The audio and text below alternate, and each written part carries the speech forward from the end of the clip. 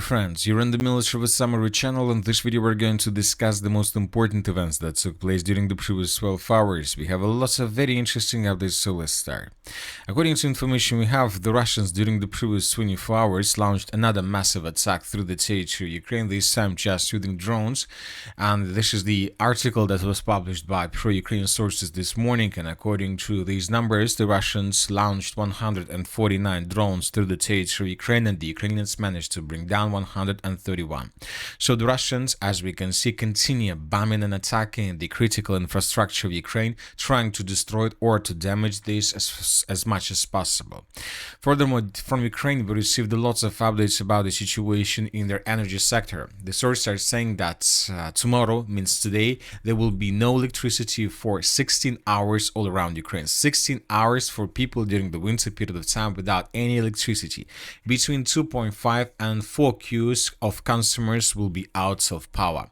And during the previous 12 hours, the pro-Ukrainian sources published these photos where we can see the exact situation on the territory of the city of Kiev. This is the blackout. This is the Kiev's blackouts.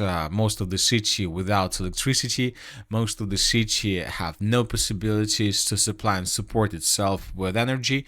There are lots of lights, as you can see, but the sources are saying that there are generators that people use for their own purposes. Maybe the entire building can be generated, supplied with electricity with generator or something like this.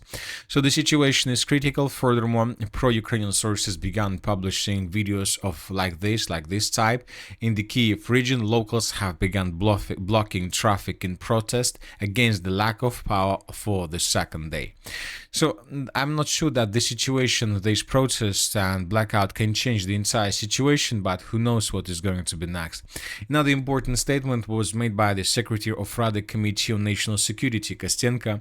He said that either forced mobilization or a new social contract. Those who want to fight, fight, and those who don't, leave the country, leave Ukraine as soon as possible. And you know that today the President of the United States of America made a very interesting statement on the matter of the peaceful settlement of the conflict in Ukraine. He said that Zelensky hasn't even read the peace proposals. So this is a very interesting statement. The Ukraine is being attacked by Russia with drones, with missiles every single day, and there is a negotiation process between Russia, Ukraine, and the United States of America, and there are almost ready agreement. There is an agreement that is almost ready, but Trump says that Zelensky still hasn't even read the paper, so which is a very strange situation. Another important video was published today from the northern part of the Chernigov region. Let's take a look at the video, and here we can see the Chernigovskaya power station, which is located in the southern part of the city, and there is another power station, gas power station, which is located probably a few kilometers in the northwestern direction. And here we can see how Russians were destroying this gas power station with drones, with ground drones. So lots of explosions, as you can see, were recorded, and this is the station from another angle. So Russians will continue their attacks. It's just the beginning of winter. There are 3 more months ahead of us, which means that the Russians will deal significant damage to Ukraine, and that's the current blackout obviously is not the last blackout that we will see and we will face during the next 3 months. Now let's move further and let's discuss the situation on the ground. First, let's talk about the northeastern part of Kharkiv region. During the previous 12 hours, additional photo was published about the situation in the area of the settlement of Stary Saltov. Here we can see the dam and the bridge that were destroyed by Russians as a result of missile or as a result of drone strike. So the Russians are trying to ruin or reduce the Ukrainian logistic capabilities in the northeastern part of Kharkiv region. The Russians are trying to continue their offensive operation and to establish complete control over the territory. Now let's talk about the Barovo direction. From this area, we received just one small update from the most eastern part from this area. This morning, pro-Russian sources published this video where we can see the results of clashes for the territory. Here we can see a destroyed Ukrainian infantry fighting carrier, and here we can see how Russians raised their flag or flags right exactly in this area. So Russians raised the flag right exactly at this point, and based on this video we have adjusted a small part of the Barovo direction under complete control of the Russian forces.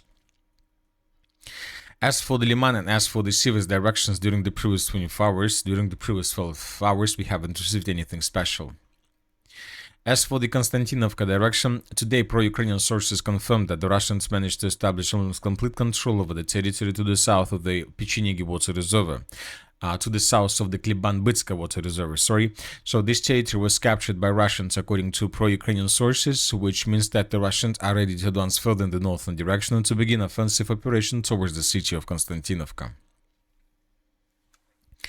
Now let's discuss the situation in the Pokrovsk and Mirnograd agglomerations. During the previous 12 hours, as you can see, the map has been adjusted significantly. This is the situation by the end of the 7th of December. Just yesterday, the Russians stated that they managed to establish complete control over the settlement by the name of Rovne. And this morning, by the way, several pro-Russian sources published a video of how the clashes were taking place on the territory of the settlement of Rivne. We still haven't managed to find geolocations, but we believe that during the upcoming 12 hours, we're going to get them and we will adjust the map and we will add the video. At the same time, several pro-Russian sources confirmed additional progress on the ground. Let's talk about Mirnograd first. In the southern part of the city, as you can see, there are huge changes. So this is the map by the end of the 7th of December, and this is the situation by the beginning of the 8th of December. The Russians managed to establish complete control over the southern part of the settlement, and the most important is that the Russians entered the northern part of the clashes for the central citadel of the city of Mirnograd has begun. So the central Mirnograd citadel is the territory between the settlement, between the Proletarskaya Street and further to the north, almost to the Soborna Street, at least until the railway station. So this is a very big, huge citadel from the south to the north, and the Russians entered this territory. Furthermore, the map has been adjusted based on the video that was published by pro-Ukrainian sources. Here we can see how Ukrainians were attacking Russians through the southern part of the settlement of Mirnograd. Based on this video, we came to the conclusion that the Russians during the previous days improved their position significantly in this area. Furthermore, this information was also confirmed by pro-Ukrainian sources. So as we can see, the news around the city of Mirnograd from the southern part is tightening. Furthermore, several pro-Russian sources reported about additional progress on the ground in the northern part of the Pokrovsk-Mirnograd agglomeration. Some trenches, some strongholds were captured by Russians, according to pro-Russian sources. Another important video came to us from the settlement of Rodinska. This is the video, and here we can see how Ukrainians were attacking Russians with FPV drones through the settlement by the name of Rodinska. So, for example, this episode when a Ukrainian FPV drone attacked two Russian soldiers took place exactly in this area. Based on this video, we came to the conclusion that the Russians also continue improving their positions in the central part and in the northern part of the city of Rodinska, and now we can say that up to 80% of the settlement is under complete control of the armed forces of the Russian Federation. We believe that in coming week or in 2 weeks, the Russians will announce complete control over the territory, and this information will be confirmed also by the Minister of Defense of the Russian Federation. At the same time, the Russians continue their offensive operation on the territory of the village by the name of Grishina. Today, this information was confirmed by several pro-Russian sources. So this is the situation by the end of the 7th of December, and this is already the 8th of December of 2025. The Russians, as you can see, improved their position significantly. Currently, the Russians control up to 20% of the settlement, and they continue advancing further in the northwestern direction. Now let's talk about the Zaporizhzhia direction. During the previous 12 hours, the sources continue reporting about additional progress on the ground that the Russians continue offensive operation. During the previous 12 hours, the Russians improved their positions in the northern and the northeastern parts of the settlement of Gulyai-Polye, but as of the beginning of the 8th of December, the clashes are still taking place on the Russian side of the river of Gaichul. So this is a very important thing that we need to always keep in our minds. So until the Russians are located on the Russian side of the river of Gaichul, we can say that the front line is stable. But as soon as the Russians are able to cross the river and to begin clashes on the Ukrainian side, from this very moment we can start counting days before the city of Gulyai-Polye falls completely in the Russian hands. Another breakthrough took place in the western Zaporizhzhia direction. So this is the map by the beginning of the 8th of December, and as you can see, the map has been adjusted significantly. This is the situation by the end of the 7th, and this is the beginning of the 8th.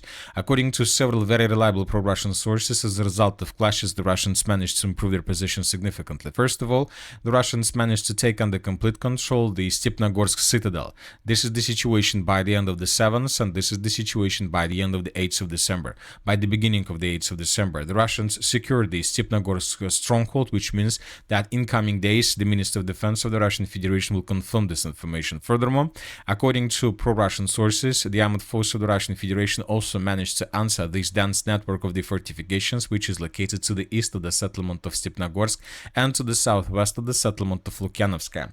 So this breakthrough in these fields tell us just about one thing, that the Russians are going to advance further deep inside of the Zaporizhzhia area with the purpose to establish complete control over the territory between the settlements of Mali Sherbaki, Pavlovka, Lukyanska and Stepnogorsk. So these territories are a primary target for the armed forces of the Russian Federation.